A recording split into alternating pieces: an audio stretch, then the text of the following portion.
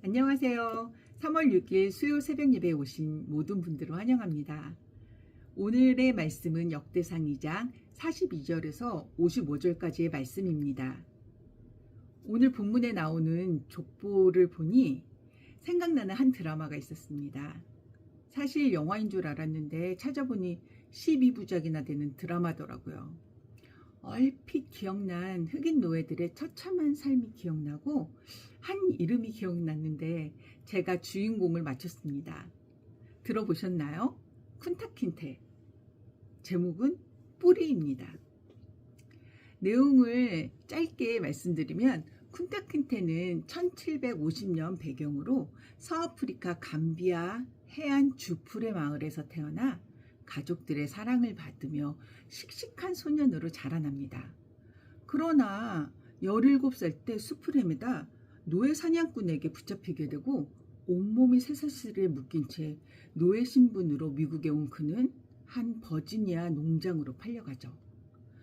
그로부터 3번의 탈출의 시도와 실패, 4번째 탈출에 실패하면서 심한 고문을 당하지만 그럼에도 자신의 딸 키지에게 자신의 고향 주프레의 언어를 가르쳐 자신의 뿌리를 잊지 않게 합니다.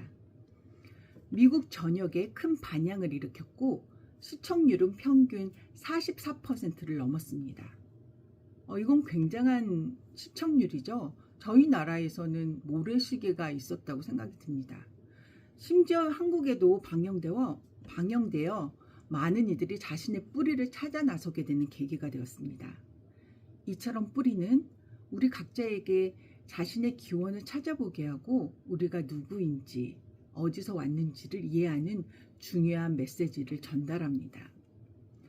성경 가운데 언뜻 보기에는 지루한 부문이지만 성경이 역사적 사실인 것과 그리스도인들에게 창세기부터 현재까지의 각자의 삶을 이어주는 결정적인 정보를 담고 있는 것이 구약과 신약에 등장하는 족보 이야기입니다.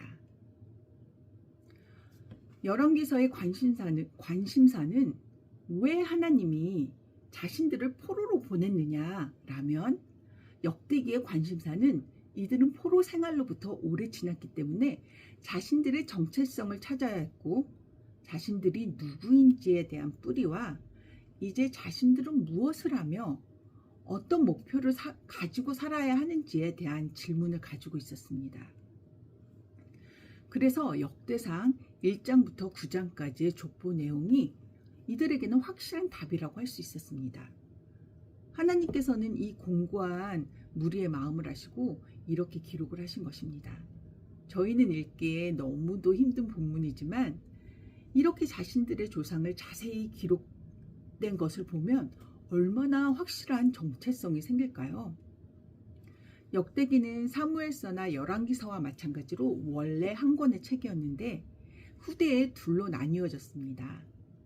역대기를 헬라어로 번역을 하면 사무엘서와 열왕기서에서 생략된 사건을 보완해 준다는 의미에서 생략된 사건들로 붙여졌습니다. 이름이 생략된 사건들.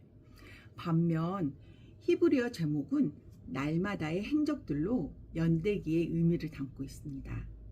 우리말 성경도 그러한 뜻으로 대대로 이어 내려온 기록이라는 의미에서 역대기라는 제목을 붙였죠.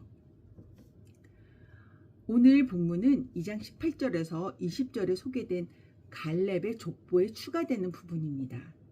즉 앞의 부분에 이어서 또 다시 오늘의 본문에서 갈렙의 자손들을 소개하고 있습니다. 이처럼 갈렙의 자손들을 2번에 걸쳐서 자세히 소개하고 있는 것은 그만큼 갈렙의 자손들이 이스라엘 또는 유다의 역사에 있어서 차지하는 비중이 컸기 때문이라고 볼 수 있습니다. 한 가지 말씀드리면 여기서 나오는 갈렙은 여분의 아들 갈렙, 이산지를 내게 주소서의 갈렙이 아니고 헤브론의 아들 갈렙입니다. 동명이인이죠. 심지어 49절에 나오는 악사라는 딸의 이름도 같습니다. 오늘 말씀에서 보면 누구누구를 낳았고 라는 말이 많이 나오는데요. 50절과 51절에 기랏 여아림의 창설자인 소발과 베들레헴의 창설자인 살마, 벳 가델의 창설자인 하렙이 나옵니다. 여기 현대인의 성경에서는 나악고라는 표현으로 나오지만 쉬운 성경에서 보면 무엇의 아비라고 나옵니다.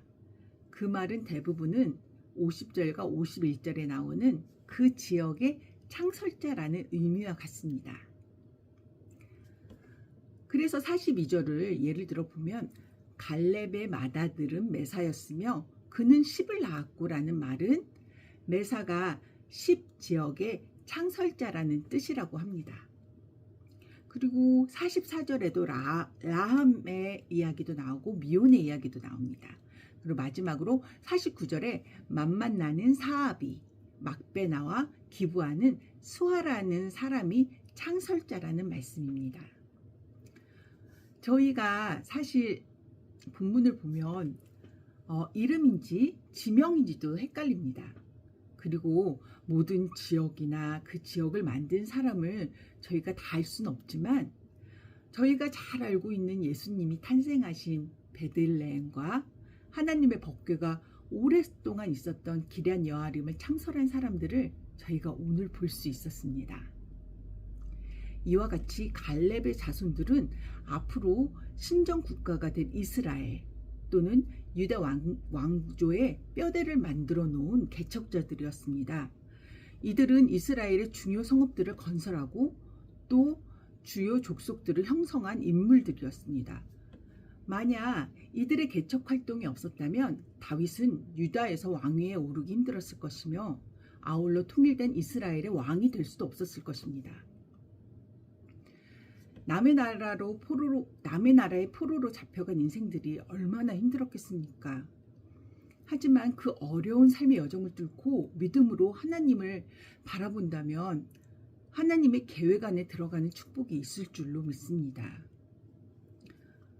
어떨 때는 삶이 고달플 때도 많고 나도 모르게 눈물이 날 때도 많은 것 같습니다. 재정이 넉넉하든 넉넉하지 않든 건강이 생각처럼 따라주지 않을 때, 자녀의 걱정, 관계의 걱정들이 나를 사로잡을 때에도 저희의 뿌리가 하나님으로부터 나온 것을 잊지 않고 주님을 의지하며 저희의 삶을 살아갈 때 저희도 모르게 하나님의 크신 계획 안에 들어가 있는 것을 보시게 될 것입니다. 주님께서 저희에게 주신 정체성을 잊지 않았으면 좋겠습니다.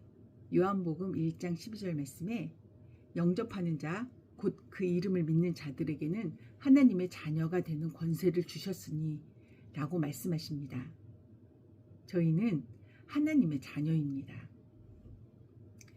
55절 말씀에 이방 족속인 레갑 가문이 나옵니다. 레갑 족속의 조상인 요나답은 레갑 족속에게 다음과 같은 규례를 제정해 주었습니다. 예레미야 35장 6절에서 7절에 너희와 너희 자손은 영영이 포도주를 마시지 말며 집도 짓지 말며 파종도 하지 말며 포도원도 재배치 말며 두지도 말고 너희 평생의 장막에 거처하라. 이 가문의 다음 세대들은 200년이 지난 후 예레미야의 초대를 받아 성전의 한 방에서 포도주 대접을 받았지만 조상 요나답의 교훈과 가르침을 따라 포도주 금지를 철저히 지키며 경건함을 지켜내는 장면이 등장합니다. 아니 제가 생각하기에는 이것은 옛날이라서 지킬 수 있었던 게 아니라 옛날이나 지금이나 이 말씀을 지켜내라고 하면 다들 어려워할 것입니다. 하지만 레갑 족속의 말씀에 대한 믿음은 이방인이었음에도 불구하고 하나님 앞에서 다음 세대에게 모범을 보여준 멋진 가문이라고 생각합니다. 이렇듯 오늘 말씀의 본을 받아 저희의 삶이 다음 세대들을 위한 믿음의 성읍들의 기초를 쌓길 기도합니다. 다음 세대들이 방황할 때나 피할 성읍들이 필요할 때, 하나님을 만날 곳이 필요할 때 갈 수 있도록 먼저 믿은 저희들이 하나님 안에서 기도하며 준비할 수 있게 되길 소망해 봅니다. 저희의 다음 세대들을 위해 특별히 기도 부탁드리며 오늘 하루도 주님 안에서 평안하시길 바라겠습니다. 감사합니다.